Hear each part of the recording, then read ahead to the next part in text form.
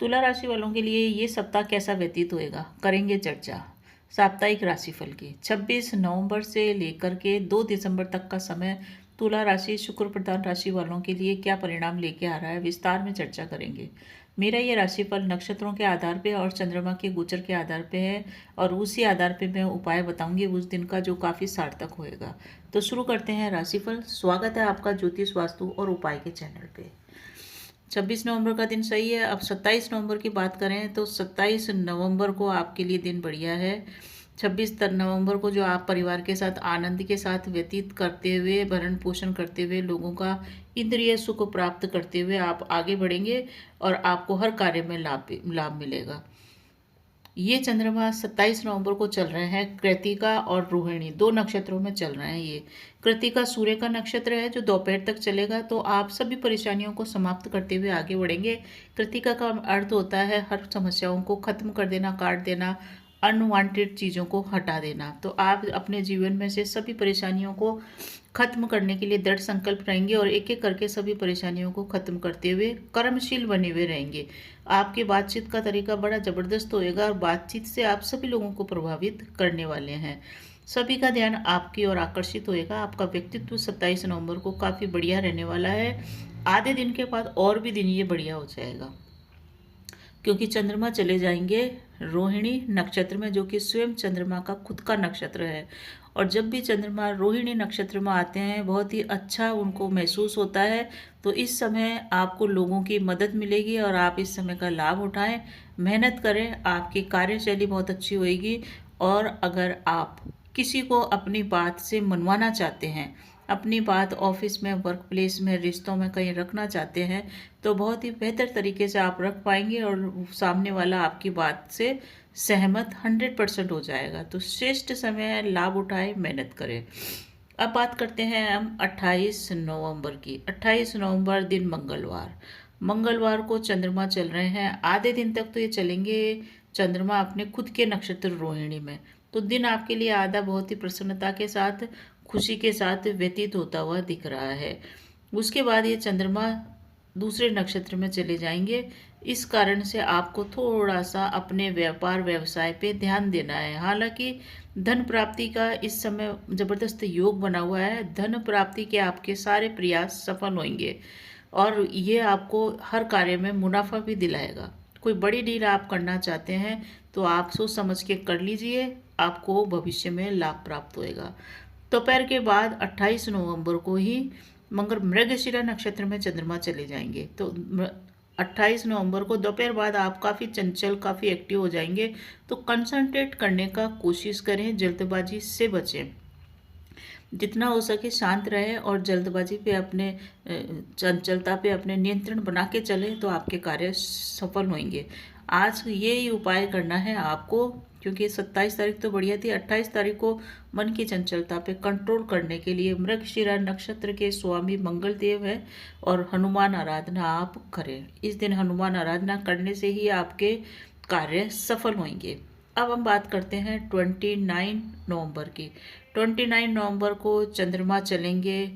पहले तो बुध भरणी नक्षत्र, मृगशिरा नक्षत्र में ही चलेंगे, तो आपकी स्टार्टिंग काफ़ी एक्टिवनेस से होने वाली है। समय आपका अच्छा है। बुध के नक्षत्र, बुधवार का दिन है और आद्रा नक्षत्र में भी चलेंगे चंद्रमा। आद्रा नक्षत्र में थोड़ा सा सावधानी रखनी पड़ेगी बुधवार को, क्योंकि मन विचलित हो सकता है। आपका ध्यान इस चीज़ की ओर जाएगा कि कैसे चमत्कार हो जाए। तंत्र मंत्र यंत्र में आपकी रुचि बढ़ेगी, धर्म के प्रति आपकी आस्था बढ़ेगी, आप काफ़ी धार्मिक रहेंगे, विशेष करके दोपहर के बाद। और दोपहर के बाद आप कहीं मंदिर भी जा सकते हैं और आपका झुकाव तंत्र मंत्र इनकी तरफ तो होएगा ही होएगा, साथ ही साथ आप पूजा पाठ से भी अपने आप को जोड़ने का प्रयास करेंगे। आद्रा नक्षत्र में बहुत ही दोपहर के बाद 29 नवंबर को दोपहर के बाद का समय आपको सावधानी के साथ व्यतीत करना है। ऑफिस के कार्य से आप बाहर भी जा सकते हैं, ऑन ड्यूटी भी जा सकते हैं और आपको ऑन ड्यूटी जाते समय हनुमान आराधना करके ही घर से निकलना चाहिए। आद्रा नक्षत्र में जो कि राहु का नक्षत्र है, तो राहु को कंट्रोल आपको करना पड़ेगा, इसलिए चीज़ें आपकी रुक रुक के होएगी। इस दिन काम तो आपके बनेंगे दोपहर बाद, परंतु कामों में रुकावटें आएगी। तो आप बिल्कुल भी विचलित न हो, आपके काम अल्टीमेटली बन ही जाएंगे। राहु को नियंत्रण में करने के लिए गणेश आराधना करें। भगवान गणेश के मंदिर में ध्रुव अवश्य चढ़ाएं और गणेश आराधना करके ही आप अपने घर से निकले। किसी खास व्यक्ति से मुलाकात होगी आपकी इस सप्ताह। वो शायद 29 तारीख की हो सकती है, जिससे आप काफ़ी समय से मिल नहीं पाए थे, उनसे मुलाकात हो सकती है। साथ ही साथ अगर आप कहीं यात्रा पे जा रहे हैं तो विशेष करके ध्यान रखें कि यात्रा में आपको बहुत ही सावधानी के साथ चलना है। अब बात करते हैं 30 नवंबर की। 30 नवंबर को भी आद्रा नक्षत्र में रहेंगे। स्टार्टिंग में चंद्रमा दोपहर तक, और दोपहर के बाद ये आपके लिए ठीक होंगे।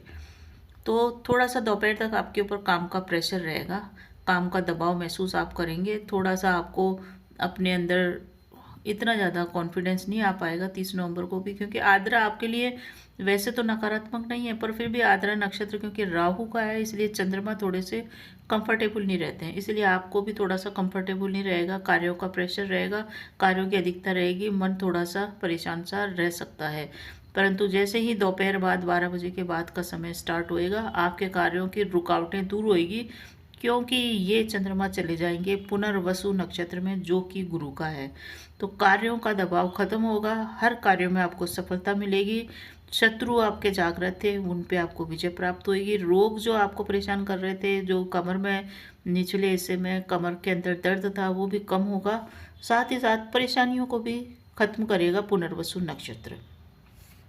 गुरु की आपके ऊपर कृपा प्राप्त होगी। इस कारण से इस दिन आप कोई भी यात्रा करते हैं तो यात्रा कर सकते हैं, यात्रा में सही रहेगा आपको। परंतु एक चीज़ का ध्यान रखें, कहीं भी आप यात्रा में जाएं तो पहले फ़ोन करके बात कर लें कि आप आ रहे हैं। तो अगर आप फ़ोन करके जाएंगे तो आपकी यात्रा असफल नहीं होगी। इस चीज़ का आप विशेष ध्यान रखें यात्रा करते समय। दिन ये देखें तो अच्छा दिन बीतता हुआ नजर आ रहा है दोपहर के बाद। अब हम बात करते हैं 1 दिसंबर की।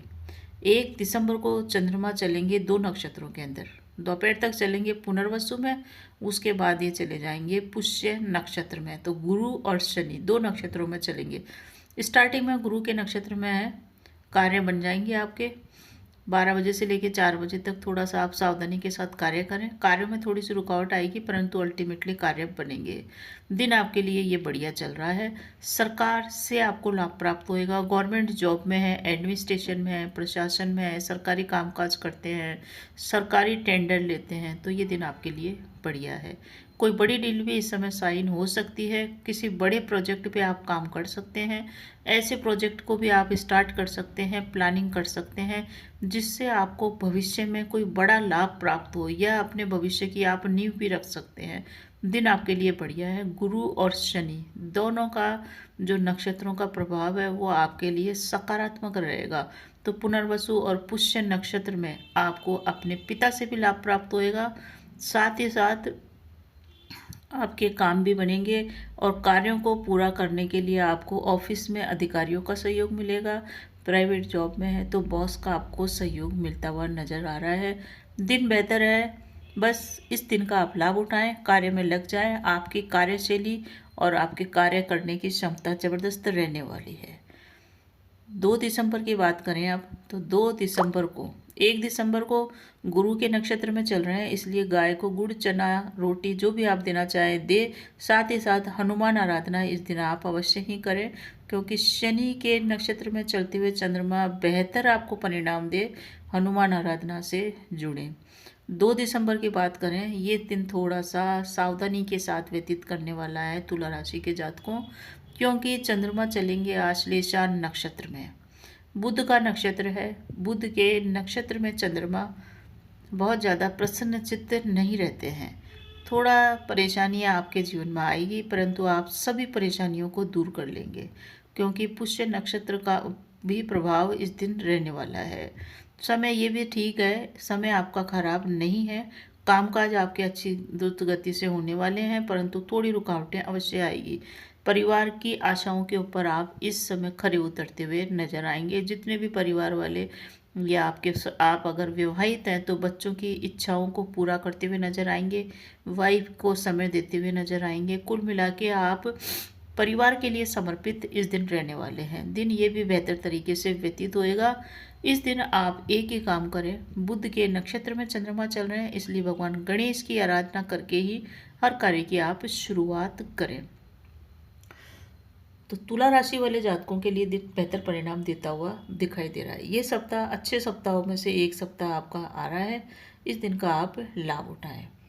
उपाय की चर्चा करें उससे पूर्व आपसे विनम्र अनुरोध है कि आपने अभी तक चैनल सब्सक्राइब नहीं किया है तो प्लीज़ कृपा करें सब्सक्राइब करने की और इसे अन्य लोगों में भी शेयर करने का प्रयास करें। कमेंट में अवश्य ही ओम गण गणपते नमः जय श्री राम लिख करके अपना हमें हमारा पारिश्रमिक अवश्य ही दें। उपाय वैसे तो नक्षत्रों के आधार पर करने ही हैं, पर एक खास उपाय जिसकी मैं इस समय चर्चा करूंगी वो ये है कि तुला राशि शुक्र प्रधान राशि है और स्टार्टिंग आपके शुक्र के नक्षत्र से हो रही है। इसलिए आप इस सप्ताह गणेश आराधना के साथ साथ माँ लक्ष्मी के श्री सूक्त का अगर आप पाठ करते हैं 16 ऋचाओं का, और अगर आपके पास अधिक समय है तो आप 16 ऋचाओं का हवन अवश्य ही करें। इससे आपके धन प्राप्ति के मार्ग खुलेंगे, भाग्य में आ रही रुकावटें भी दूर होगी। तो श्री सूक्त के जो 16 ऋचाएँ हैं अगर आपको आती नहीं है तो आप मोबाइल में सुन लीजिए, मोबाइल में लगा लीजिए और गाय के कंडे पर 16 आहुतियाँ गाय के घी से दीजिए और गुड़ शक्कर जो भी आपके पास मीठा उपलब्ध है उससे भोग लगाइए। जब भी हवन में हवी चढ़ाते हैं, भोजन कुछ चढ़ाते हैं तो मनोकामना पूरी होती है, क्योंकि वो जो भी आप भोजन भगवान को अर्पित कर रहे हैं सीधा ईश्वर तक पहुंचता है और उसका सकारात्मक प्रभाव हमारे जीवन में आता है और हमारी बुद्धि इस प्रकार से कार्य करती है कि हमारे डिसीजन सारे सही जाते हैं। तो ये उपाय अवश्य करें और बने रहिए चैनल पे। आपके जीवन में आयु आरोग्य ऐश्वर्य की वृद्धि होती रहे, इसी शुभकामना के साथ नमस्कार।